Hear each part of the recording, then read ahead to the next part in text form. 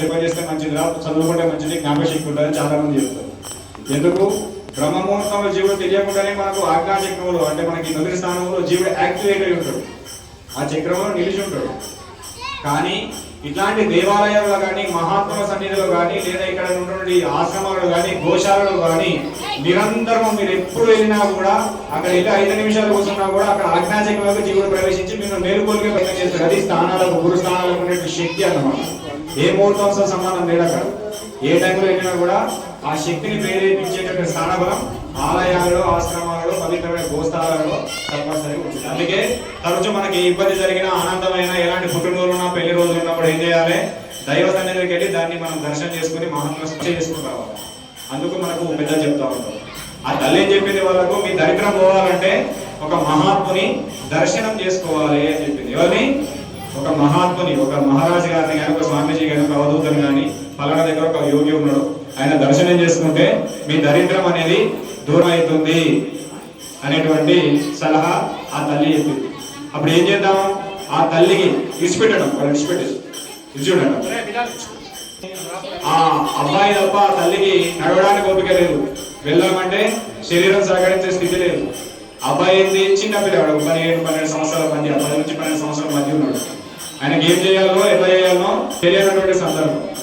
అప్పుడు ఏం చేస్తుంది ఆ తల్లి అంటే, బిడ్డ నా శరీరం కృషించిపోతుంది, నాకు కూడా అనారోగ్య సమస్య స్టార్ట్ అయింది, మన జీవితం ఎన్నుతుందో తెలియదురా నాన్న. ఈ భగవంతుడు ఎంత కొద్ది రోజులు మనం బతికిస్తాడో, ఎన్ని కొద్ది రోజులు మనం తీసుకుపోతాడో, నన్ను కూడా వస్తాడో తీసుకుపోతాడో, నేను కూడా పోతే నువ్వు ఒంటరి అయిపోతావు బిడ్డ. ఈ శరీరం కొద్దిగా ఉన్నంత రోజుల్లో, నాకు శరీరం నా ఆధీనంలో ఉన్నంత వరకు నువ్వు తప్పనిసరిగా నేను ఒక మాట చెప్తారా బిడ్డ, నువ్వు ఆటలాడకుండా పిచ్చి పిచ్చి చేసా లేకుండా నేను చెప్పింది చేస్తానంటే నీకు ఒక జ్ఞానం చెప్తారా బిడ్డ అని చెప్పేసి చేస్తాను. ఏం చెప్తుందా తల్లి అని అంటే, బిడ్డ మన దగ్గర ఒక మహాత్ముడు ఉన్నాడట, నాకు శరీరం సహకరిస్తలేదు, నాకు నడవడానికి ఓపిక లేదు, అక్కడికి వెళ్ళి మాట్లాడాలంటే నాకు ఓపిక లేదు, అంత దూరం వెళ్ళడానికి నాకు వాతావరణం అనుకూలిస్తలేదు. కాబట్టి నువ్వు అక్కడికి వెళ్ళి మన సమస్యలకు, మనం ఇంత పేదరికంలో ఉండడానికి, మనకి ఇంత ఇబ్బంది జరగడానికి కారణం ఏంటిదో తెలుసుకొని రావాలన్నా అని చెప్పి. అప్పుడు వాడు ముందే చిన్నపిల్లవాడు, మనకు ఏం తెలియదు. అప్పుడు ఏం చేసిన? దైవాంశ శరీరంలో ఉన్నది, పెద్దల యొక్క అనుగ్రహం అక్కడ ఉన్నది కాబట్టి, సరే అమ్మా నువ్వు ఏది చెప్పినా ఏది చేసినా ఆ భగవంతుని యొక్క వాక్యే, ఏది చేసినా మన కోసమే కాబట్టి నువ్వు ఎట్లా చెప్తే అట్లా చేస్తా తల్లి అని చెప్పేసి ఆ అబ్బాయి ఒప్పుకుంటాడు. మరి ఎక్కడ ఉంటాడు ఆ మహాత్ముడు, ఎక్కడ ఉంటాడు ఆ సాధువు అంటే, ఒక పలానా దగ్గర ఉంటాడు, అక్కడ దాకా మనం వెళ్ళాలి, నువ్వు వెళ్ళి రావాలా బిడ్డ అని చెప్పి. అది అక్కడికి ఈ కాలంలో బండ్లు ఉన్నాయి, బస్సులు ఉన్నాయి, కార్లు ఉన్నాయి, జీపులు ఉన్నాయి. ఆ కాలం గంట వాహనాలు కూడా ఏమి వెళ్ళిపోవాలంటే నడకతో వెళ్ళాలి, నడుచుకుంటూ వెళ్ళిపోవాలి. ఆ ప్రాంతానికి వెళ్ళాలంటే సుమారుగా ఒక 3 రాత్రుల తొవ్వ పట్టేది, అంటే 3 రోజుల ప్రయాణం పట్టేది. వాడు చూద్దామా చిన్నపిల్లగాడు, ఆ చిన్నపిల్లగాడు అంత దూరం వెళ్ళాలి. అప్పుడు ఏం చేసింది తల్లి? ఏదైనా నీకు భగవంతుడి నామే శ్రీరామ రక్షరా బిడ్డ అని చెప్పేసి ఒక భగవంతుడి యొక్క నామం చెప్పి ఆ సప్తా జరిగే దగ్గర ఉన్నటువంటి ఆ ఆలయాన్ని దర్శనం చేసుకుని అక్కడ ప్రదక్షిణ చేసుకుని ఇంత బొట్టు పెట్టి పోయిరారా బిడ్డ అని చెప్పి తల్లి అఖండంగా దీవించి పంపుతుంది. విజయవస్తు బిడ్డ, నువ్వు పోయి తిరిగి మనకు అనుకూలమైన అంశాన్ని పట్టుకొని రావాలి. ఏంటిది? మన దరిద్రానికి కారణం ఏంది, మన దరిద్రం పోవడానికి ఏం చేయాలి, మనం ఏం చేస్తే మంచి స్థాయిలో ముందుకెళ్తాం అంటే ఆరోగ్యము ఐశ్వర్యంతో కూడినటువంటి జీవనం మనకు కలుగుతుంది. ఎవరికి కావాల్సింది ఏంటి? మామూలుగా ఎవరికైనా కూడా తినడానికి తింటున్నా కూడా ప్రశాంతమైన వాతావరణం ఉండాలి, ఆనందకరమైన శరీరం ఉండాలి, అంటే ఆరోగ్యంతో కూడిన శరీరం ఉండాలి. ఆ తల్లి ఏం చెప్పింది? మనం మంచిగా ఉండడానికి ఏం చేయాలో తెలుసుకుంటారా నాన్న, మనం ఏ రకంగా అయితే మంచి ఐశ్వర్యంలో ప్రవేశించో మన విషయాన్ని తెలుసుకోరా అని చెప్పేసి ఆ తల్లి చెప్పింది. సరే అని చెప్పి ఆ పిల్లవాడు అమ్మ పాదాలకు నమస్కారం చేసుకొని ప్రయాణాన్ని సాగిస్తూ ఉంటాడు. ఆ ప్రయాణం సాగిస్తూ ఉండగా ఒక ప్రయాణం సాగుతూ ఒక గ్రామానికి వెళ్ళింది. ఆ గ్రామానికి వెళ్ళేసరికి అక్కడ ఏమైంది? చీకటి అయింది. అక్కడ చీకటి అయిపోయింది. ఆ ఊర్లో ఉండవలసిన పరిస్థితి ఏర్పడింది. ఆ ఊర్లో ఉండాలి అంటే ఏం చేయాలి? ఎవరినో ఒక దగ్గర అన్నం వండుకొని తినాలి, ఒక దగ్గర వండుకోవాలి. ఒక ఊరుకు ప్రవేశించిండు. అక్కడికి వెళ్ళేసరికి చీకటి అయిపోయింది, ఆకలి అవుతుంది. 2 ముగ్గురిని అడిగిండు, అయ్యా నేను పలానా ఊరు నుంచి వస్తున్నా, పలానా గుడ్డ దగ్గర ఒక స్వామీజీ ఉంటాడు, అక్కడికి వెళ్ళాలి, అక్కడికి వెళ్ళి ఇది చేసుకోవాలి, అక్కడ స్వామి దగ్గరికి నేను వెళ్తున్నా, ఈరోజు చీకటి అయింది, నాకు ఇంత అన్నం పెట్టి నాకు ఇక్కడ ఆశ్రయిస్తే నేను ఇక్కడ ఉండి తెల్లారేసుకుందాం. దీన పరిస్థితి చూడండి, అర్థం చేసుకోండి. ఒక మనిషి పరీక్షలు ఎదుర్కోవాలంటే ఇట్లాంటి సందర్భం తప్పనిసరి వస్తాయి. ఎక్కడ సిగ్గుపడవద్దు, బాధపడవద్దు, ఏజ్తో సంబంధం లేదు, దేనితో సంబంధం పెట్టుకోవద్దు. భగవంతుడి అనుగ్రహం, గురువు అనుగ్రహం కావాలంటే ఖచ్చితంగా పరీక్షలు వస్తూనే ఉంటాయి. పరీక్ష లేకుండా ఎక్కడ భగవంతుడి అనుగ్రహం దొరకది, గురువు అనుగ్రహం అనేది దొరకదు. ఆ పిల్లవాడికి ఏమైంది, చీకటి అయింది, ఆకలి అయింది, ఆశ్రయం కావాల్సిన పరిస్థితి ఏర్పడదు. ఆ ఊళ్ళో విచారించగా ఎవరు కూడా ఆ సాహసం చేయకుండా ఒక మార్గం చూపెడతారు, ఒక ఇల్లు చూపెడతారు. ఆ ఇంటికి వెళ్ళి ఆ ఇంట్లో ఆ ఊళ్ళో ఆ తల్లి జర ఉన్నతమైన స్థితి, ఒక మంచి ఆస్తి పర్రాలు, మంచి స్థాయిలో ఉన్నటువంటి ఇంటికాలను పంపించాడు. పెట్టకపోయినా సరే కానీ పెట్టి ఇల్లు చూపెట్టాలని చెప్తారు కదా. ఏం చేయాలి, మన ఇంట్లో లేకపోయినా వీళ్ళు పెడతారు పోయి అక్కడ ఇల్లు చూపెట్టాలన్నమాట. అది కూడా పుణ్యమే. ఆ ఊళ్ళో అసలు పుణ్యాత్ములు ఉన్నారు కాబట్టి పెట్టే ఇల్లు చూపెట్టారు. ఆ తల్లి దగ్గర పోయి నేను ఎక్కడి నుంచి వస్తున్నా బిడ్డ అంటే, నేను వస్తున్నా ఈ ఊరు నుంచి వస్తున్నా, పలానా ఒక మహాత్ముని దగ్గరికి వెళ్ళాలి, ఈరోజు చీకటి అయితే నాకు ఆకలి అవుతుంది, కొద్దిగా అన్నం పెడితే ఇక్కడ తిని పండుకుంటా, పొద్దున్నే వెళ్ళిపోతామా, జర నాకు ఆశ్రయం ఇవ్వండి అని చెప్పేసి ఆ అబ్బాయి అడుగుతాడు. ఆ తల్లి ఏం చేస్తుంది, సరే నాన్న నువ్వు ఏజ్లో చిన్నగా నేను చూస్తే కూడా ఇది అనిపిస్తుంది, సరే ఉండని చెప్పేసి రాత్రికి అన్నం పెట్టి అక్కడ వండుకోవడానికి చూపిస్తుంది. తెల్లారు వేసి స్నానం చేసి అక్కడ తల్లి చెప్పినటువంటి నామాన్ని జప చేసుకుని, ఎవరు గురువు అయ్యారు, తల్లి తొలి గురువు అయినారు. ఆ నామాన్ని రోజు జప చేసుకోవాలని బిడ్డ నామస్మరణ చేసుకోవాలని తల్లి చెప్పింది. ఆ నామస్మరణ చేసుకుంటూ చెప్పేసి ఆ దొరసాని దగ్గరికి ఆ ఉన్నటువంటి ఎవరైతే ఆ ఆశ్రమించిన తల్లి, ఆ తల్లి దగ్గరికి వెళ్ళి, అమ్మ నాకు రాత్రి అన్నం పెట్టినావు, ఉండడానికి ఇంత చోటించను, నీ రుణం నేను తీసుకోవడానికి భగవంతుడు నాకు తప్పనిసరి అవకాశం ఇవ్వాలి తల్లి అని చెప్పి దండం పెట్టి, నేను పోతున్నా అమ్మ నాకు ప్రయాణంకి అనుమతి అని చెప్పి బయలుదేరుతాను.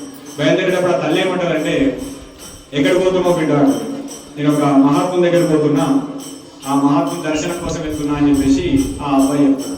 సరే కానీ వెళ్ళునానా, నాకు అచంచలమైనటువంటి ఆస్తి ఉన్నది, చెప్పరానంత సంపద ఉన్నది, కానీ నాకు బిడ్డ ఉన్నది, చెప్పరానంత ఆస్తి ఉన్నది, అన్ని భూములు ఉన్నాయి, జాగాలు ఉన్నాయి, డబ్బులు ఉన్నాయి, అన్నీ ఉన్నాయి, కానీ నాకు బిడ్డ ఉన్నది. ఆ బిడ్డకు మాటలు వస్తలేవు. ఎవరికి, ఆ యజమానురాలి బిడ్డకు మాటలు వస్తలేవు. నా బిడ్డకు ఎట్లైనా మహాత్ముని దగ్గరికి పోతున్నావు కదా, నేను పోదామనుకుంటే నాకు పనుల వల్ల తీరలేదు, ఆడికి పోతున్నావు కాబట్టి నా బిడ్డకు మాటలు ఏం చేస్తే ఆ మహాత్ముని తెలుసుకురా బిడ్డ అని. ఏంటిది, ఈమెకు డబ్బు ఉన్నది, అన్నీ ఉన్నాయి, కానీ ఆడు వెళ్దామంటామో తీరలేదు. ఈయన పోతున్నా కాబట్టి ఈ ఏం చేస్తే నా బిడ్డకు మాటలు వస్తాయి, నా బిడ్డ ఏ రకంగా సెట్ కావాలో తెలుసుకోరా బిడ్డ అని ఆ తల్లి ఆ అబ్బాయికి చెప్తాడు. సరే అమ్మా తప్పనిసరి, నువ్వు దండం పెట్టినా కాబట్టి ఈ మాత్రం మాట ఎందుకు తెలుసుకోరాడమ్మా, తప్పనిసరి నేను తెలుసుకుని వస్తా అని చెప్పి ఆమెకు దండం పెట్టకని అబ్బాయి వెళ్ళిపోతూ ఉంటాడు. వెళ్ళిపోగా మళ్ళీ కొద్ది దూరం నడిచిన తర్వాత మళ్ళీ చీకటి, మళ్ళీ తినవలసిన పరిస్థితి, మళ్ళీ పడుకోవాల్సిన పరిస్థితి అనేది ఏర్పడుతూ ఉంటుంది. అది కొద్దిగా ఊరుకు కాకుండా అటు కాకుండా కొద్దిగా అడవి ప్రాంతంలో ఉన్నట్లుంటుంది. ఆ ప్రాంతంలో ఒక ప్రాంతం చేరేసరికి అక్కడ చీకటి అయిపోతుంది, ఆయనకి ఇదైపోతుంది. ఆ మార్గ మధ్యంలో ఒక వ్యవసాయదారుడు ఆ చీకటి సమయంలో అక్కడ చిన్న మంచలాగా గుడిసెలాగా వేసుకొని ఆయన వ్యవసాయ స్థలంలోనే నివాసం ఉంటూ ఉంటాడు. కొన్ని ఏళ్ళ నుంచి ఆనే ఉంటాడు. అక్కడికి వెళ్ళి ఆయన దగ్గరికి వెళ్ళి, నాయన ఈరోజు నేను ఇక్కడ నుంచి పలానా దగ్గరికి వెళ్ళవలసిన సందర్భం ఏర్పడింది, ఇక్కడ చీకటి అయింది కాబట్టి ఈరోజు నాకు ఇక్కడ గుడిసెలో స్నానం ఇస్తే, నిన్న నీ దగ్గర ఉన్న గంజో నీళ్ళు ఇస్తే తాగి నీ దగ్గర అనుకో తెల్లారేసిపోతాం బాబు అని చెప్పేసి ఆ పిల్లవాడు ఆ తండ్రిని వేడుకుంటాడు. అప్పుడు సరైన ఆయన అని చెప్పేసి ఆ అబ్బాయి నాణ్యం ఉంచుకొని తెల్లారింత ఆ రాత్రి గంజో నీళ్ళు వస్తాడు, మళ్ళీ చేస్తాడు, మళ్ళీ తెల్లారేసి అబ్బాయి స్నానం చేస్తాడు, జపం చేసుకుంటాడు. సరే బాబు నాకు ఇంత అవకాశం ఇచ్చినావు, ఈ అవకాశానికి నీ కృతజ్ఞతలు ఎలా చెప్పుకున్న భగవంతుడు నాకు అవకాశం ఇస్తే చెప్పుకున్నా అని చెప్పేసి పోతున్న బాబు అని చెప్తాడు. ఆయన ఏమన్నాడు, నాకు కూడా చాలా ఎకరాల కొద్ది భూమి ఉన్నది, కానీ ఆ భూమిలన్నీ మర్రి చెట్లే మొలిచినాయి. ఏంటి అవి, మర్రి చెట్లే మొలిచినాయి. దాన్ని ఏం చేయనో నాకు అర్థమవుతలేదు, ఎటువో నాకు తోయగా అవి ఏం చేయనో నాకు అర్థం కాక ఎల్లకాలం కూడా ఇక్కడనే కూర్చుని గుడిసెలే ఉంటున్నా, దాన్ని ఉన్న భూమిని వండించుకోలేకపోతున్నా, ఈ చెట్లను ఏం చేయనో అర్థమవుతలేదు నాకు. ఎట్లయినా నువ్వు మహాత్ముని దగ్గరికి పోతున్నావు కాబట్టి నా భూమిలో ఏమి చేస్తే నాకు పంట వండుతుంది, నాకు తృప్తి అవుతుందో తెలుసుకొని రా బిడ్డ అని చెప్పేసి చెప్తాను. ఎవరికి, ఆ పిల్లగాడికి. ఫస్ట్ ఏం చెప్పింది ఆ తల్లి, నా బిడ్డకు మాటలు ఎక్కడ రావాలో తెలుసుకోమని చెప్పింది. ఈయనేం చేసిండు, నా భూమిలో ఏం చేస్తే పంటలు పండుతాయో తెలుసుకోరామని చెప్పింది. సరే అని చెప్పి దండం పెట్టేసి అక్కడి చెల్లి మళ్ళీ ప్రయాణం కొనసాగిస్తూ ఉంటాడు. ఒక చిన్న నది లాంటిది వస్తుంది, ఆ నది దాటితే ఆ వెళ్ళవలసిన గమ్యం దగ్గరికి వస్తుంది. అక్కడ వెళ్ళేసరికి మళ్ళీ చీకటి అవుతుంది. ఆ చీకటి కాగానే అక్కడ చిన్న గుడారం లాగా నడి ఒడ్డుకు ఒక చిన్న ధ్యాన మంత్రం వేసుకొని అలా ఒక మహాత్ముడు తపస్సు చేస్తూ ఉంటాడు. ఎవరు, ఒక ఋషి తపస్సు చేస్తూ ఉంటాడు. ఆ ఋషి దగ్గర పోయి, మహాత్మా ఋషివర్య, ఈ రోజు నేను పక్కకున్నటువంటి ఒక మహాత్ముడి దగ్గరికి వెళ్ళవలసిన పరిస్థితి ఏర్పడింది, ఆ పరిస్థితి కోసం ఇక్కడికి వచ్చిన, తెల్లారి నేను అక్కడికి వెళ్ళిపోతా, ఈ రోజు నాకు ఇంత ఆశ్రయం ఇస్తే నాకు సంతోషంగా ఉంటుందని చెప్పేసి ఆ మహాత్ముని ఈ అబ్బాయి వేడుకుంటాడు. సరే నాన్న ఉండని చెప్పేసి ఆయన దగ్గర కుడుకనో అడిపండో బెల్లం అని ఇచ్చేసి నైట్ ఇచ్చేసి పండుకోబెట్టి తెల్లారి చేసి మళ్ళీ అబ్బాయి మంత్ర జపం చేసుకుంటాడు. వెళ్ళిపోతా అని చెప్పి ఆ స్వామికి, స్వామి నాకు అనుమతి ఇవ్వండి నేను అక్కడికి పోవాలి అని చెప్పేసి ఆ స్వామిని అనుమతి తీసుకునే ప్రయత్నం చేస్తాడు. ఆ స్వామి ఏమంటాడంటే, నువ్వు మహాత్ముని దగ్గరికి వెళ్తున్నావు, నేను ఎన్నో రోజులు అక్కడికి వెళ్దామని ప్రయత్నం చేస్తున్నా, కానీ నాకు ఇక్కడి నుంచి వెళ్ళడానికి వీల్లేక నా మనసు అడిడు కాక నేను ఇక్కడే స్థిరం ఉండడానికి ప్రయత్నం చేస్తున్నా, కానీ నేను కొన్ని ఏళ్ళ నుంచి జపం చేస్తున్నా, కొన్ని సంవత్సరాల నుంచి తపస్సు చేస్తున్నా, నాకు భగవంతుని దర్శనం అయితే లేదు, మనసు స్థిరంగా ఉండలేదు, దీనికి కారణం ఏదో తెలుసుకొని రా వచ్చినప్పుడు అని చెప్తాడు. ఏంటిదని? ఆయన సాధువే, జటాజూటాలు అన్ని పెరిగిపోయినాయి, పెద్ద జుట్టు కట్టుకున్నాడు, అన్ని రకాలుగా ఉన్నాడు, వాడు కూర్చున్నాడు, కొన్ని ఏళ్ళ నుంచి జపం చేస్తున్నాడు, కానీ నా మనసు నిలబడతలేదు, నేను ఎంత జపం చేసినా నాకు భగవంతుని సాక్షాత్కారం దొరుకుతలేదు, దీనికి కారణం ఏందో ఆ మహాత్ముని తెలుసుకొని రా బిడ్డ అని చెప్పి ఆ అబ్బాయికి చెప్తాడు. ఏమైంది ఇప్పుడు? ఫస్ట్ తల్లి బిడ్డకు మాటలు అడిగింది, సెకండ్ అయినా ఆ భూమిలో ఏం చేస్తే పంట పండుతుందో చెప్పని చెప్పిండు. మూడో వ్యక్తి మహాత్ముడు, ఆయన కూడా సాధువు అయినా కూడా నేను కొన్ని ఏళ్ళ నుంచి జపం చేస్తున్నా, నాకు ఏకాగ్రత వస్తలేదు, నాకు భగవంతుని సాక్షాత్కారం దొరుకుతలేదు, ఏం చేస్తే భగవంతుని సాక్షాత్కారం దొరుకుతుంది అనే ఒక ప్రశ్న తెలుసుకొని వచ్చింది. సరే స్వామి, మీ తప్పనిసరిగా నాకు ఈరోజు ఆశ్రయం ఇచ్చారు, నాకు ఇది అన్నం పెట్టారు, నాకు ప్రసాదం ఇచ్చారు, కాబట్టి మీకు సంబంధించిన తప్పనిసరి తెలుసుకొని వస్తా అని చెప్పేసి ఆ స్వామి దండం పెట్టి నది దాటి ముందుకెళ్ళి ప్రాసెస్ అంతా జరిగింది. అక్కడ వరకు సాయంత్రం అయింది. అక్కడ ఆ స్వామి దగ్గరకు ఎక్కడ చేరడం, ఒక మహాత్ముని సన్నిధికి చేరుకున్నాడు. ఆ చేరుకునేసరికి అక్కడ దర్శనం టైం అయిపోయింది. ఈరోజు ఉన్నది స్వామి దర్శనం పొద్దున ఉంటుంది, ఈరోజు ఇక్కడనే వండుకోవాలి, పొద్దున మళ్ళీ లేచి స్వామి దర్శనం చేసుకొని నీకు ఉన్నటువంటి కష్టాలు ఏదో, దుఃఖాలు ఏదో, కావాల్సిన సంపద ఏదో నువ్వు అడుకొని ఓ బిడ్డ అని అక్కడ ఉన్నటువంటి మహాత్ములు, అక్కడ ఉన్నటువంటి పరివారం ఆయనకు ఆ బిడ్డని చెప్తారు. సరే అని చెప్పి వెళ్తారు. అందులోకి వచ్చి ఆ ఎవరైతే నువ్వు ఇక్కడికి వచ్చినావో నీ సమస్య ఏదైతే ఉందో ఆ సమస్యను స్వామికి క్లుప్తంగా చెప్పాలి. అది ఎట్లుండాలి? 3 ప్రశ్నలకు మించి ఉండరాదు. ఏంటిది? 3 ప్రశ్నలకు మించి ఉండరాదు. మించి ఉంటే దానికి ఫలితం అనేది ఉంటుంది. నువ్వు ఏం తెలుసుకోవాలో అదే చెప్పుకొని బయటకు రావాలి. ఎక్కువ చెప్తే మాత్రం స్వామి మాట్లాడు. అది ఏదో చెప్పుకోవాలో నైట్ అంతా ఆలోచించుకో. ఏం చెప్తారు?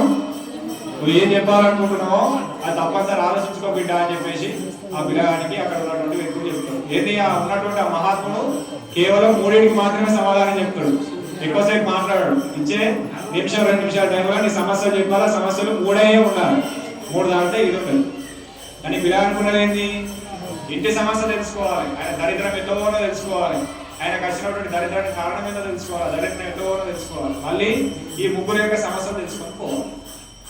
ఇప్పుడు ధర్మ సంకటం ఎవరికైనా ఏర్పడుతుంది. గురు బాధ పట్టేటోళ్ళకు, గుడికి వేయటోళ్ళకు, గురువు యొక్క సన్నిధిని మనం చేరే వాళ్ళకు, ప్రతి ఒక్కరికి అంటే ఇది లౌకికంగా వచ్చేటటువంటి సమస్యలు. తప్పనిసరిగా ఇటువంటి సమస్య ఏదో సందర్భం తప్పనిసరి ప్రతి ఒక్కరికి ఏర్పడుతూనే ఉంటుంది. దాన్ని ఏం చేసి నైట్ అంతా ఆలోచించండి, ఏం చేయాలి నేను. ముఖ్యంగా ఫస్ట్ నేను వచ్చింది ఎందుకు? నా సమస్య కోసం. ఎవరి కోసం? నా దరిద్రం ఎట్లనో తెలుసుకోవడం కోసం. ఫస్ట్ ఏం చేస్తా? నా దరిద్రానికి సంబంధించిన అంశం ఎట్లా పోవాలో తెలుసుకుంటాను. ఆ దోస్తానే విషయం అంటే నాకు ఫస్ట్ అన్నం పెట్టిన విషయం విడిచిపెడతాను అని ఒక్క నిమిషం ఆలోచిస్తాడు. మళ్ళీ రెండోసారి ఆలోచిస్తాడు, అది కరెక్ట్ కాదు కదా, నాకు అన్నం పెట్టినారు, అన్నం పెట్టకపోతే ఇంత దూరం అవుతున్నా రాకపోదు. సరే ఏమైతే ఆమె నా సమస్యను అడుగుతా, అమ్మ సమస్యను అడుగుతా, ఆ మధ్య ఉన్నటువంటి నాకు పురుషుల స్థానం ఇచ్చినటువంటి ఆ వ్యక్తి విషయం మర్చిపోతాను, ఆయన అడగాలి అనుకుంటాడు. మళ్ళీ నిమిషానికి మళ్ళీ ఆలోచిస్తాడు, ఆయన కూడా నాకు ఆశ్రమం ఇచ్చి అన్నం పెట్టిండు, అది అడగకపోతే కూడా నాకు ద్రోహం అవుతుంది, ఇబ్బంది అవుతుంది. ఏమన్నా కానీ 2 అడుగుతా, ఆ 3వ స్వామి అడగ ఎందుకని నేను తప్ప చేసుకుంటాడు, ఏమన్నా కానీ నాకు సంబంధం లేదని అనుకుని మళ్ళీ మనసు సంకల్పం చేసుకొని కళ్ళు పూసుకుంటే నిద్ర పడ్డది. మళ్ళీ స్వామి దగ్గరికి పోతే ఫస్ట్ పోయేటప్పుడు రిటర్న్ లెవెల్గా ఫస్ట్ స్వామినే కలవాలి, ఎందుకంటే మళ్ళీ చీకటి అవుతుంది, రాత్రి ఆనే ఉండాలి, మళ్ళీ చీకటి అవుతుంది, భూస్వామి దగ్గర ఉండాలి, మళ్ళీ చీకటి అవుతుంది, అమ్మ దగ్గర ఉండాలి. ఈ 3 రాత్రులు వెళ్తేనే మళ్ళీ గమ్యం లేదు. ఈ ఏదో ఏం చేయని అర్థం కాక ఏమన్నా కానీ అమ్మ నాకని చెప్పి పంపిందా, భగవంతుని దయ, గురుమూర్తి దయ, అది ఏమైనా కానీ అలా 3 సమస్యలు తెలుసుకొని పోతాను, అది విడిచిపెడతాం. ఏదైతే నా సమస్య నేను విడిచిపెడతాను, వాళ్ళ 3కి సంబంధించిన ఫలితాలు ఏంటో తెలుసుకొని పోతాం, వాళ్ళకి ఏం కావాలో తెలుసుకొని పోతా అని ఒక నిర్ణయంతో పడుకుంటాడు. అది అన్నిటి కనుమూసలకు తెల్లారుతుంది, బ్రహ్మముహూర్తం స్నానం చేస్తాడు. ఆ మహాత్ముని యొక్క అనుష్ఠానం పూర్తి, దర్శనాలు స్టార్ట్ అయిపోయి అక్కడికి వెళ్తాడు. వెళ్ళేసరికి ఎక్కడి నుంచి వచ్చిన బిడ్డ అని ఆ మహాత్ముడు, నేను చాలా దూరం నుంచి వచ్చిన స్వామి, ఆయన చెప్పాలంటే చాలా ఉన్నాయి కానీ ముందు చెప్పిరా లేదా కండిషన్స్ అంటాడు స్వామి. చెప్పారు స్వామి, మరి ఏమడగనో జాగ్రత్తగా అడుగు, తొందరగా నువ్వు వెళ్ళిపో, నీకేం కావాలో చెప్తా అని చెప్పేసి ఆ మహాత్ముడు. ఏం లేదు స్వామి, నేను నా సమస్యలు ఇచ్చిపెట్టా కానీ నాకు ఆ దోవతుంటారా నాకు ఒక 3 సంఘటనలు ఏర్పడ్డాయి.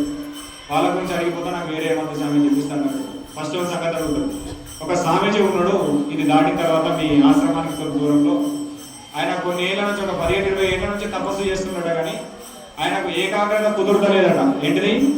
ఏకాగ్రత కుదురుతలేదు, భగవంతుని యొక్క సాక్షాత్కారం కలుగుతలేదు. ఆయనకి ఏకాగ్రత కుదరాలి, భగవంతుని యొక్క అనుగ్రహం కలగాలి అంటే ఏం చేయాలి స్వామి చెప్తే నీ దండం పెడితే నీ బాంఛనానికి వెళ్ళిపోతాను అని చెప్పి. అప్పుడు ఆ సమాంతుడు అంటాడు, ఆ సాధు మహాత్ముడు, ఏం లేదు బిడ్డ, ఆయన వేరే ఊరు నుంచి ఒక నిధిని తీసుకొచ్చుకో, వజ్రం తీసుకొచ్చుకున్నాడు. ఆ వజ్రం మీద ఏం చేసిండు, మనసు పెడతాడు. ఆ వజ్రం అనేది ఆయన జుట్టులో కట్టుకున్నాడు. ఆయన నిరంతరం కూడా ఆయన వజ్రం మీదనే మనసు పెట్టుకుంటాడు. ఈ దొంగలు ఎక్కకపోతారా, దీన్ని ఎవరైనా ఇచ్చేస్తారా, నా దగ్గర ఉన్నదా పక్కపోతారా అనే ధ్యానంతో ఉన్నాడు. అందువల్ల ఆయనకు ధ్యానం కుదురుతలేదు. ముందుగా ఆ వజ్రం తీసి బయటపడేయమను, అప్పుడు ధ్యానం కుదురుతుంది, జపం చేసుకుంటే పని చేస్తుంది, భగవంతు సాక్షాత్కారం దొరుకుతుంది అని చెప్పింది.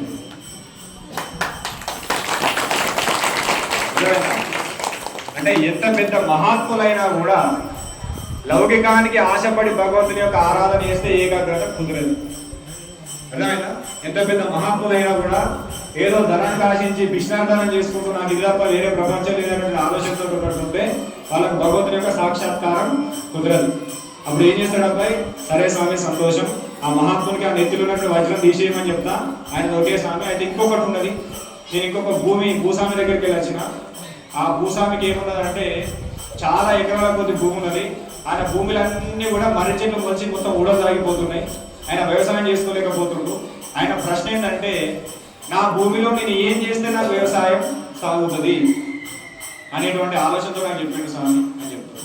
అప్పుడు ఆ మహాత్ముడు కాలు మూసుకొని, ఏం లేదు, ఆయన జాగాలో 4 మూలకు 4 బంగారు పెట్టెలు పెట్టుకున్నాడు. వాటికి కావాలా ఉండి చూస్తా ఉన్నాడు. అవి తీసేసుకోమని చెట్లు పోతే ఆయన వ్యవసాయం స్టార్ట్ అవుతుంది అని చెప్పి ఏం చెప్పిండు. ఆయన భూమిలో ఏం చేసి 4 దగ్గర 4 పెట్టెలు పెట్టుకున్నాడు. వాటిని ఎవడెక్కకపోతారని చెప్పేసి అన్నీ గుడి చేసుకొని కూర్చున్నాడు. అలా వ్యవసాయం చేయకుంటున్నాడు. అందుకే అలాంటి శక్తి వచ్చాయని భూమి పనికి రాకుండా అయిపోతుంది అని ఆ మహాత్ముడు చెప్పి ఏం చేయాలి, ఫస్ట్ అలా 4 దిక్కులు ఉన్నాడు ఆ బంగారు పెట్టెలు తీసేస్తేనే అది సారవంతం అవుతుంది, వ్యవసాయం ముందుకెళ్తుంది, ఆయన మనసు ప్రశాంతంగా ఉంటుంది, ఆయన పోయి ఊళ్ళే మనసుతో కలుగుతుంది. ఏం చేస్తారు ఇప్పుడు నీవు బయట చెప్పినానుకో, మనం ఇల్లు పెడతాం, అన్ని పెడతాం, పోయి అన్ని దీపం పెట్టుకుని అట్లా ఏముంటాం, అమాసపం నాకు ఏది ఉంటుంది. మన పల్లెటూరులో మనసు కలుగుతాయి సంఘటన. వాడు పని చేయడు, ఏం చేసినా నా ఇంట్లో నిధుంది గలగలాంటుంది అంటాడు, నా బాయికాడ నిధుంది గలగలాంటుంది పని చేయడు, ఏం చేయడు. వాని ఆలోచన ఎట్లుంటుంది, దాని ఎంతది నేను తీసుకొని బతుకున్నా, అది ఎంతది నేను తీసుకొని బతుకున్నా. కానీ రోజు మాత్రం పనిచేద్దామనే ఆలోచన రాదు. ఎందుకంటే అది పూర్వకర్మం తెచ్చే ఒక పిశాచి రూపం.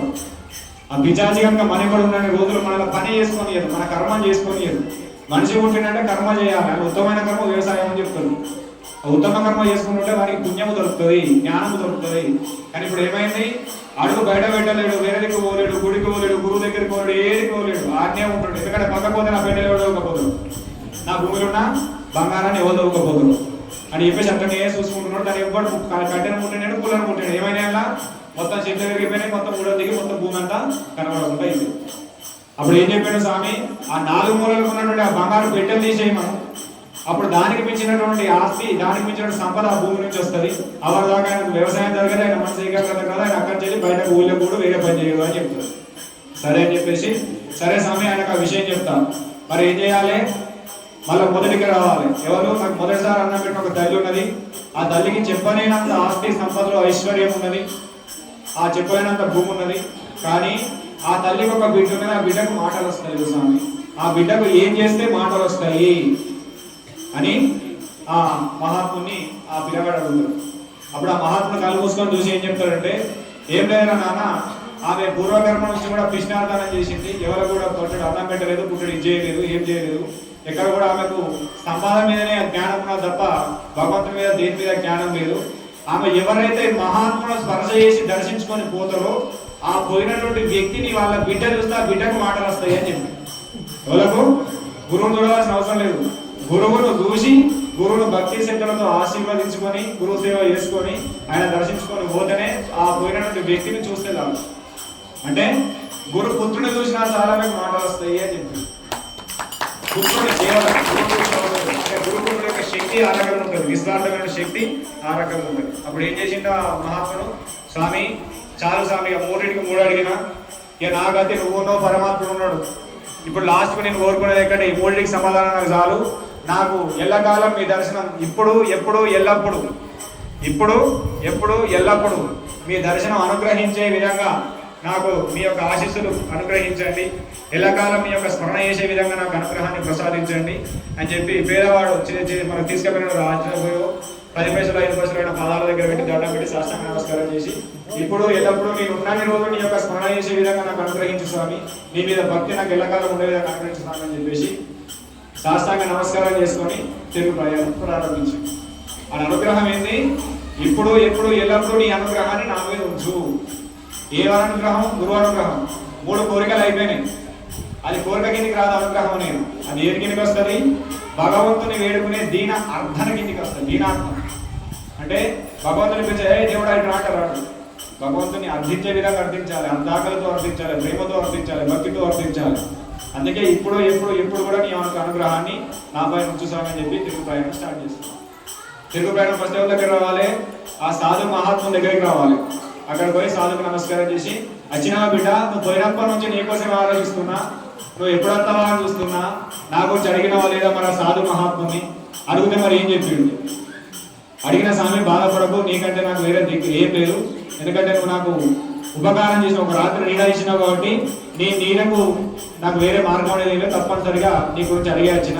ఆ సాధు మహాత్ముడు ఏం చెప్పిండంటే, నువ్వు ఎప్పుడో 15-20 ఇళ్ళ కింద ఒక నిధి తెచ్చుకున్నావాట, ఒక వజ్రం తెచ్చుకున్నావాట. ఆ వజ్రం కోసమే ఇంట్లోకెళ్ళి ఆ ఊళ్ళకెళ్ళి పారిపోయి బయటకు వచ్చి ఇక్కడ ఈ నది ఒడ్డు కూర్చొని ఒక దొంగసాలు వేషకంగా కూర్చొని ఆ నిధి ఎవరు తీసుకుపోవద్దు అని చెప్పి జుట్టులు కట్టుకొని తపస్సు చేసుకుని నడుచుకుంటున్నామాట.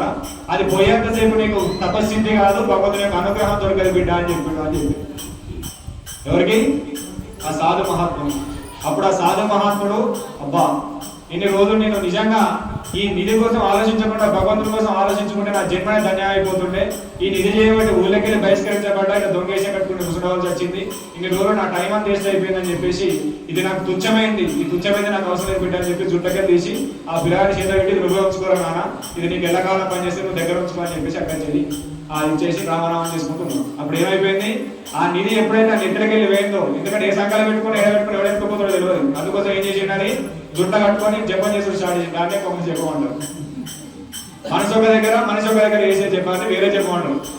అది కళ్ళు మూసుకుంటుంది, కాలు ఒక దగ్గర పెట్టుకుంటుంది, ఒక కన్ను పెడుతుంది, ఒక కన్ను ముక్కుతుంది, ఏమవుతుంది ఏమవుతుంది.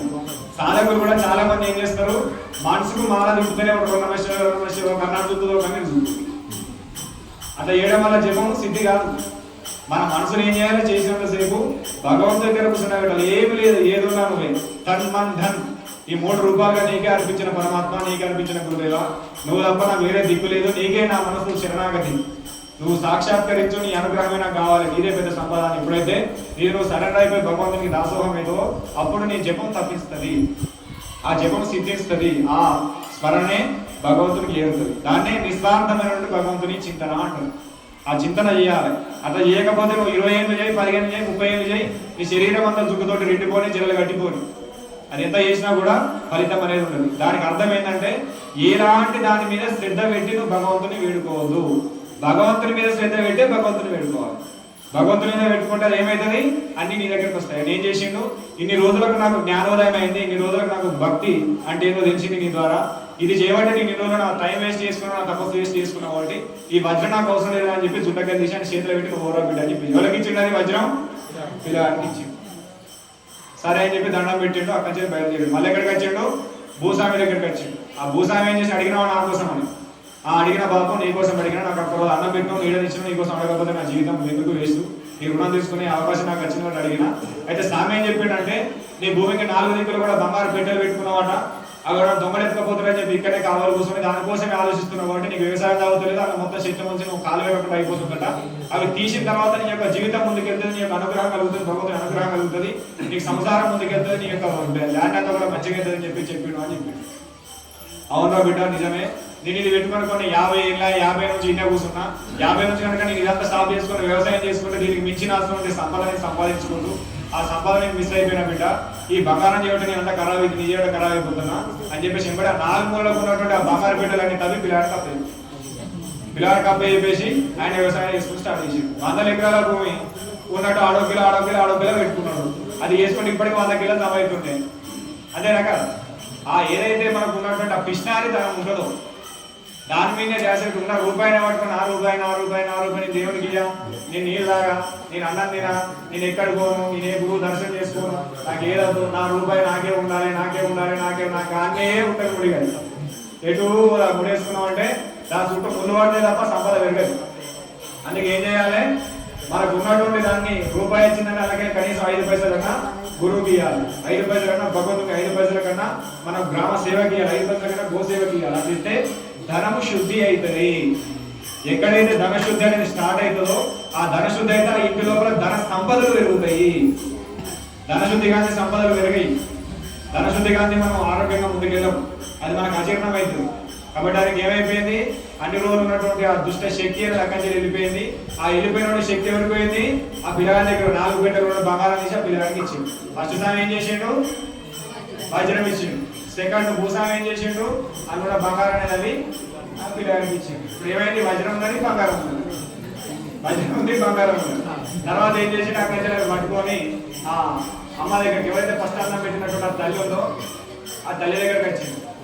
ఆ తల్లి దగ్గరికి వచ్చి రాగానే అచ్చిన బిడ్డ నీకోసం చూసుకున్నా, నాకు పని అంటే పని ఉంది బిడ్డ, ఏ గురువు దగ్గరికి పోదామని దిగదు, ఏం చేయాలని దిగదు, ఏం తెలియదు, పోయేసిన బిడ్డ మరి నా బిడ్డ కోసం అడిగినవా లేదా, మరి ఏం చేస్తే మాటలు వస్తాయి, ఎట్లా చేస్తే మాటలు వస్తాయి, ఏం చెప్పిడ్రు మరి స్వామి అని చెప్పేసి అన్న వరకు ఏం లేదమ్మా గిట్ట చెప్పినసరికి ఆ బిడ్డ వచ్చింది. ఎవరైతే మాట్లాడిన బిడ్డ వచ్చిందో ఈయన మాట్లాడుతున్నా నీ పిల్లగాని చూసే వరకు అనేది అమ్మ అమ్మ అమ్మ. ఎందుకు, ఈయన గురువును అచంచలంగా ప్రేమించి భక్తితోటి గురుస్మరణ చేసి గురుభక్తులు అయిన కాబట్టి గురుభక్తులు చూసిన కాబట్టి మాట్లాడచ్చు. ఎవరైతే అచంచలంగా గురువును ప్రేమించేటటువంటి గురువును భక్తితో పూజించేటటువంటి వ్యక్తిని కనుక ఆ పిల్లలు వస్తే మాటలు వస్తాయి అని చెప్పింది.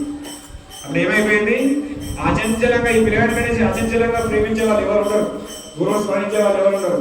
ఇప్పుడు ఎప్పుడు ఎల్లప్పుడూ నీ యొక్క ఆశించు నాపై ముందు స్వామి అని దండం పెట్టేటువంటి నిస్వార్థమైన భక్తి కూడా పిల్లలు ఆ భక్తిని మనసులో నింపుకొని వచ్చింది. కాబట్టి ఆ చూడగానే అమ్మ అనేది అమ్మ అమ్మ అమ్మ రామ రామ కృష్ణ కృష్ణ అనేది మాటలు వచ్చేసినాయి.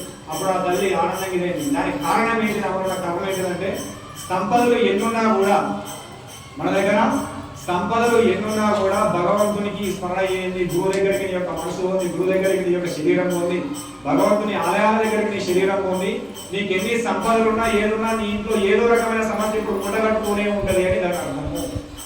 ఏదో రకమైన సమస్య, అది ఆరోగ్యం కావచ్చు, మానసికం కావచ్చు, వ్యవహారం కావచ్చు, ఏదైనా కావచ్చు. నీకు 100 కోట్ల ఆస్తి ఉండని కానీ అది ఇప్పుడు కూడా నీకు సమస్యను గట్టిగా పట్టుతూనే ఉంటుంది. అది పోవాలంటే ఏం చేయాలి, తప్పనిసరి గురువును ఆశ్రయించి తీరాలి. అప్పుడు ఏం చేసింది ఆ తల్లి, ఎప్పుడైనా నా బిడ్డకు నేను నీ ద్వారా మాటలు వచ్చిన బిడ్డ, నా బిడ్డ ఎటో పోతుంది ఏమో తగ్గుతుంది, నా బిడ్డకి ఎలాంటి దిక్కు లేదు అనుకున్నటువంటి సందర్భంలో నువ్వు ఈ నా ఇంటికి రావడం, నేను దండం పెట్టడం, నువ్వు మహాత్ముల దగ్గర పోయి దర్శనం చేసుకుని రావడం, నిన్ను చూసినంత మాత్రం చెప్పిన నా బిడ్డకు మాట రావడం, నాకు నా బిడ్డకు మళ్ళీ పునర్జన్మించిన మహాత్ములు నువ్వు, నాకు ఉన్నటువంటి 100 ఎకరాల భూమి దగ్గర 50 ఎకరాలు ఇస్తున్నారు బిడ్డ తీసుకుని పోయింది. ఏమైపోయింది, 100 ఎకరాల కూడా 50 ఎకరాల భూమి వచ్చింది. 50 ఎకరాల భూమి వచ్చింది, 4 బిడ్డల బంగారం వచ్చింది, కావాల్సిన ఒక వజ్రం వచ్చింది. వజ్రం అంటే సంకల్ప సిద్ధిని కలిగించేది. అది ఎలాంటి సంకల్పం ఉండాలి, దాని దగ్గర సత్సంకల్పం ఉండాలి. ఆయన యోగి ఏం చేసిండు, దాన్ని జరగ పెట్టుకొని నా వజ్రం ఎటు పోదు, నా వజ్రం ఎటు పోతున్నాడు కూడా అక్కడనే ఉన్నది, ఆ వజ్రం అక్కడనే ఉన్నది. ఆ యోగాన్ని కలగాలి. అదే దేవుని దగ్గర పెట్టి ఇది లోక కళ్యాణం జరగాలంటే అక్కడ ఏ సంకల్పం చేసి సంకల్పం దాన్ని వజ్రం అంటారు. వజ్రం అంటే నక్లెస్ పెట్టుకున్న వజ్రం కాదు, ఆ వజ్రాలు లేవు. సంకల్ప సిద్ధిని ప్రసాదించే మహాదివ్య దైవిక వస్తువు. అప్పుడు ఏవైపోతే అవి విధి పట్టుకున్నాడు, వజ్రం పట్టుకున్నాడు, 4 బిడ్డల బంగారం పట్టుకున్నాడు, ఆమె రాసిచ్చినటువంటి 50 ఎకరాల భూమి కాయిదాలు పట్టుకున్నాడు. ఆ సంతృప్తి పోయింది. అది తల్లి చూస్తుంది, బిడ్డ వచ్చిన వారా మనకు ఉన్నటువంటి దరిద్రం పోవాలంటే ఏం చేయాలో తెలుసుకుని వచ్చినావా బిడ్డ, నీకోసం చూస్తున్నా, నీ యొక్క దర్శనం కోసం చూస్తున్నా బిడ్డ, మరి ఏం చేయాలా అని చెప్పి తల్లి అమ్మ నేను తొవ్వట్టు పోయేవారు నాకు ఇంకా 3 కలిసి తల్లి, ఈ 3 సమస్యలు అడిగే వరకు మన సమస్య పరిష్కారం చెప్పడానికి ఆస్కారం లేదు. ఎందుకంటే ఆ సాధు ఏం చేసి 3 ప్రశ్నలకి సమాధానం చెప్తా అన్నాడు. ఆ 3 ప్రశ్నలకి టైం అయిపోయింది కాబట్టి నేనేం చెప్పలేకపోయినా తల్లి నన్ను క్షమించు అని చెప్పి దండం పెట్టాడు. అయితే బిడ్డ నువ్వు సల్లకుంటూ నువ్వు ఎక్కడున్నా మంచిదే, మన కోసం అడగకుండా అడగకపోతే కూడా 3 కోసం అయితే అడగాల్సిన వారు 3కి మంచి జరిగిందా లేదురా అని తల్లి. అంటే తల్లి యొక్క నిస్వార్థం తెలుసుకోండి. మనం ఎట్లున్నా పర్వాలేదు, వాళ్ళు బాధలు ఉన్నారు కదా బిడ్డ, వాళ్ళ బాధలు మనకంటే పెద్దవి కావచ్చు, అందుకే నేను చెప్పుకున్నాను. చెప్పుకున్నాడు బాధలైనా మనం నువ్వు చెప్పేసినవా లేదా స్వామికి చెప్పినావా, మన వాళ్ళకి సమాధానం చెప్పినావు అంటే చెప్పినమ్మా ఒక సామె చెప్తే ఆ సామె సమస్య పోవడం వల్ల నాకు వజ్రం ఇచ్చిండు, ఇంకో వ్యక్తి యొక్క సమస్య పోవడం వల్ల నాకు 4 బిడ్డల బంగారం ఇచ్చిండు, ఇంకో తల్లి యొక్క సమస్య ఇవ్వడం వల్ల సమస్య పోవడం వల్ల నాకు 50 ఎకరాల భూమి ఇచ్చిండు అని చెప్పేసి అంతకంటే మించిన కావాల్సిన ఆస్తి ఏముందిరా, నీలాంటి కొడుకులు కనడం, నీలాంటి గురువు అలాంటి గురువు నీ దగ్గరికి పంపడం, ఇదంతా కలిగిన నాకు నా భర్త చేసిన పుణ్యఫలం, నా ఊళ్ళో జరిగిన నామ సంకీర్తన ఫలితం ఇదంతా అని చెప్పేసి ఆ తల్లి మెచ్చుకొని అక్కడ బీజం ఎక్కడ పడ్డది, ఎక్కడైతే నిత్యము ఏ కుటుంబంలో నిరుపేద కుటుంబం ఏదైనా కానీ కష్టాల పాలు మనం ఉండని, కానీ ఏదో టైంలో నీ మనసు నీ ఆలోచన నీ యొక్క నడవడిక భగవంతుని వైపు నడిచి నీ యొక్క మార్గం భగవంతుని వైపు నీ యొక్క నడవడిక నడుస్తున్నానంటే ఇయ్యాల కాకపోయినా రేపైనా నీ కర్మ శుద్ధ అయ్యే టైం వస్తుంది, వచ్చే టైం తప్పనిసరిగా అన్ని విధాలు సెట్ అవుతావు అని దాని యొక్క అర్థము. కాబట్టి ఎక్కడికి వెళ్ళినా, ముఖ్యంగా ఆలయానికి వెళ్ళినా, గురు దగ్గరికి వెళ్ళినా, ఎక్కడికి వెళ్ళినా నిస్వార్థత అనేది ఫస్ట్ పెట్టుకోవాలి. అంటే నేనే ముందు విడిచిపెట్టారు. వాళ్ళ 10 మంది మంచి కోరుకోవాలి. ఇప్పుడు ఏం చేసిన పిల్లగాడు తన మంచి కోసమే గురుబాట పట్టిండు, కానీ బాట పట్టిన తర్వాత 10 మంది సమస్యలు ఏర్పడ్డాయి. ఆ 10 మంది సమస్యలు పోవాలి, వాళ్ళు మంచిగా ఉండాలని సంకల్పం చేసి ఒక రోజంతా ఆలోచించిండు. ఆ సంకల్పం చేసిన తర్వాత ఆ అబ్బాయికి ఆలోచన వచ్చింది కాబట్టి ఆ ఆలోచన గురువు దగ్గర పెట్టింది కాబట్టి అక్కడ ఈయన సమస్యలు ఇంత సంబంధం వచ్చినా రాకపోతున్నాయి. ఏమొచ్చింది? ఇప్పుడు ఎకరాల భూమి వచ్చింది, చెప్పలేనంత బంగారం వచ్చింది, సంకల్ప స్థితి నుంచే వజ్రం వచ్చింది. అవన్నీ రావాలంటే మనసులో నిస్వార్థమైన సంకల్పం ఉంది కాబట్టి తోడింది.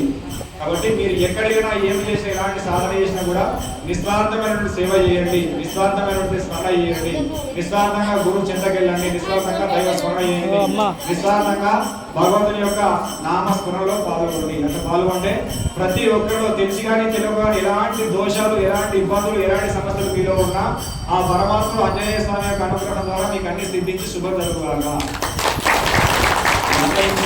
కాబట్టి నిస్వార్థమైన భావనతో ఉండాలి. మనం చేసేది భక్తి ప్రేమతో చేయాలి. ఏది చేసినా గురువు పత్రం పుష్పం పదంతో మీద అర్పించినా అది భగవంతుని ఇచ్చింది, భగవంతునికి అర్పిస్తున్నా. గురువు ఇచ్చిందే గురువుకి అర్పిస్తున్నా. నాది నేను అర్పిస్తున్నంటే అది అహంకారం అవుతుంది. ఎక్కడ అహంకారం ఉంటుందో అక్కడ భక్తి అనేది లేదు. కాబట్టి ఆ భక్తి పూర్వకంగా మీరు అందరూ ఉండాలి. ఈ దూపెల్లి అనేది ఎల్లకాలం సుఖశాంతి సంతోషాలతో కలకాలం చేస్తున్నారు. మీ యొక్క అందరికీ మీ కుటుంబాలలో సుఖశాంతి సంతోషాలు పరమాత్మ చేయాలని కోరుకుంటూ ఈ రోజు ఇక్కడికి ఆహ్వానించినందుకు మీ అందరికీ ఆ భగవంతుడు ప్రత్యేక శుభాశిస్సులు ఇవ్వాలని సత్సంకల్పం చేసుకుంటూ సుఖశాంతి సంతోషాలతో ఎల్లకాలం చల్లగా ఉండాలని పరమాత్మ మరొకసారి వేడుకుంటూ అందరికీ నమస్కారం. శ్రీ గురుదేవ